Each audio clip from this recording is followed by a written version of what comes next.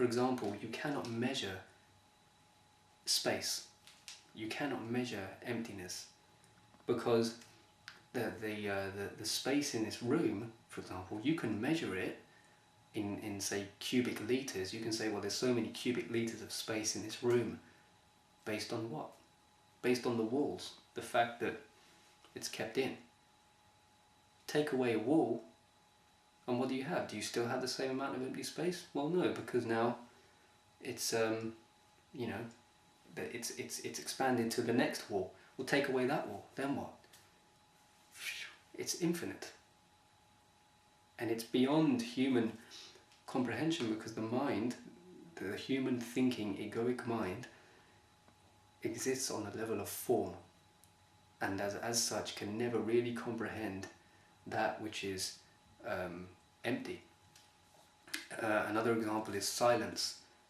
We all know silence exists, we've experienced it, and yet you cannot measure silence. You can only measure how much silence is not there.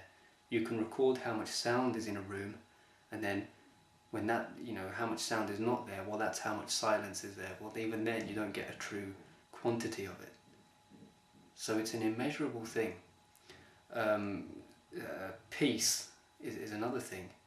People will look for peace. Oh, we've got to create peace. You've got to make peace. You cannot make it.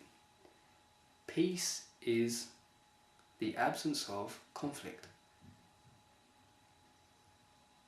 Outer and inner. So inner means I cannot make peace within myself. I cannot do some spiritual practice. Oh yeah, I can feel the peace expanding in me. You are peace. What you are doing is removing conflict within the mind, within the self. And then you come to realize that like silence, like stillness, like emptiness, like space, it's not something that can be created or gained or looked for. It is there, underlying everything. It is the nothingness, the no-thingness, which is. It just is. And that's it. And it's in ourselves, what you can say is, well, when we feel our heartbeat, what is it that's making the heart beat? Well, some smart ass will probably say, oh well, it's an bioelectricity transmitting through the nervous system. No, what makes that happen? There is nothing there, because life is eternal. The life within you, which makes you alive, never dies. People say, well, the opposite of life is death. No, the opposite of birth is death. Birth and then death. But life, that is to say the living, has no opposite. There is nothing. And so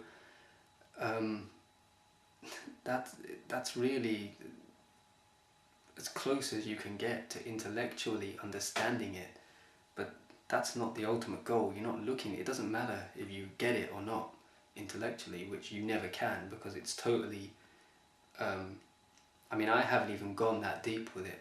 I could go deeper, which I can't be bothered, but it just totally defies human thought. The brain just cannot comprehend it.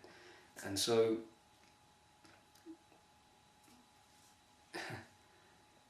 rather than attempt to tell you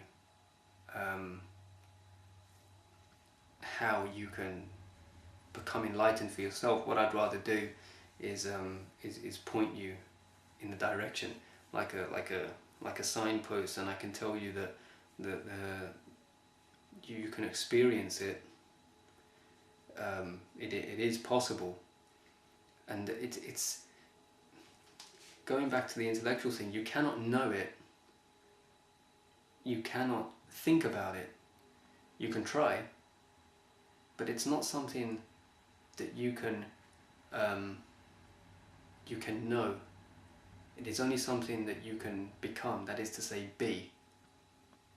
And in fact, that's not even right, because you're already it. And that's why you are being. Because you're not a human thinking, or a human searching, or a human achieving, or a human becoming. You're not a becoming. You already are. You are a being. And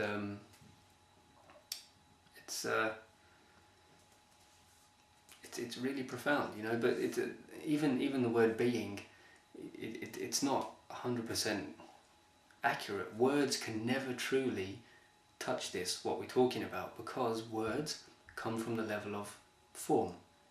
That is to say,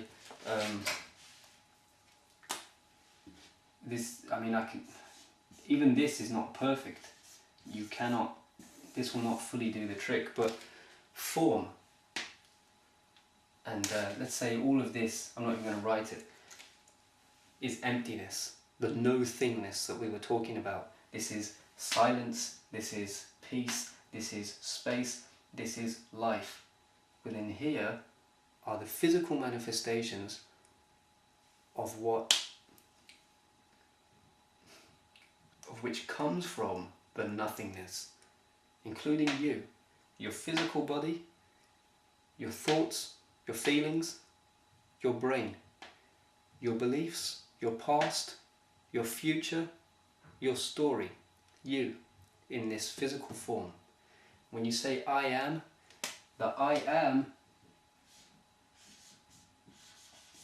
is in the nothingness. You want to know who you are? That's who you are. You are, it's not even who or what, it is, you just are. And anything that comes after I am will exist only in the world of form. I am an American, I am whatever, doesn't matter. And these things, anything that exists within here, that is to say the walls, which we use to measure space, and the noise, the sound which we use to measure silence, and the conflict, the war, which we use to measure peace. Anything that exists within this world of form is impermanent. It is an illusion in the sense that it cannot exist in and of itself, and it will not exist forever. There is not one thing in the world of form, that is to say the physical world around you, the thoughts that go on in your head, there is not any of that which will last forever. Every single object is slowly, everything is changing. Everything.